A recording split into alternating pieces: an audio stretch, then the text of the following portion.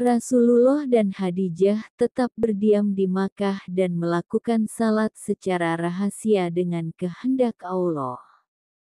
Khadijah memang sangat dicintai dan dihormati oleh Rasulullah.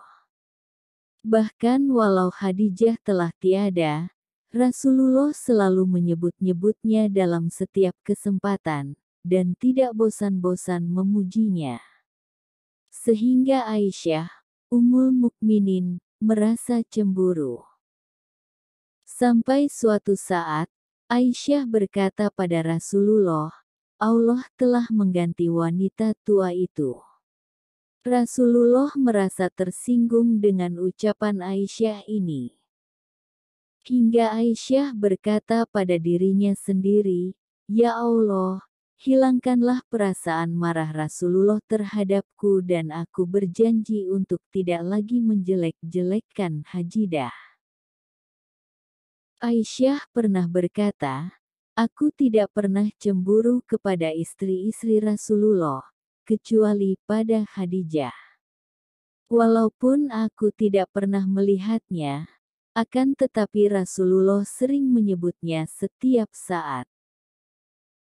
Ketika beliau memotong kambing, tak lupa beliau sisihkan dari sebagian daging tersebut untuk kerabat-kerabat Khadijah. Ketika aku katakan, seakan-akan tidak ada wanita di dunia ini selain Khadijah.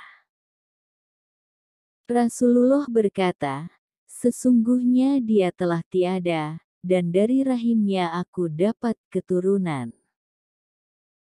Aisyah berkata, dulu Rasulullah Shallallahu Alaihi Wasallam setiap keluar rumah, hampir selalu menyebut Khadijah dan memujinya. Pernah suatu hari beliau menyebutnya sehingga aku merasa cemburu. Aku berkata, apakah tiada orang lagi selain wanita tua itu? Bukankah Allah telah menggantikannya dengan yang lebih baik? Lalu, Rasulullah marah hingga bergetar rambut depannya karena amarah dan berkata, tidak, demi Allah, tidak ada ganti yang lebih baik darinya. Dia percaya padaku di saat semua orang ingkar, dan membenarkanku. Dikala orang-orang mendustakanku, menghiburku dengan hartanya ketika manusia telah mengharamkan harta untukku. Dan Allah telah mengaruniaiku dari rahimnya beberapa anak di saat istri-istriku tidak membuahkan keturunan. Kemudian Aisyah berkata, aku bergumam pada diriku bahwa aku tidak akan menjelek-jelekannya lagi selamanya.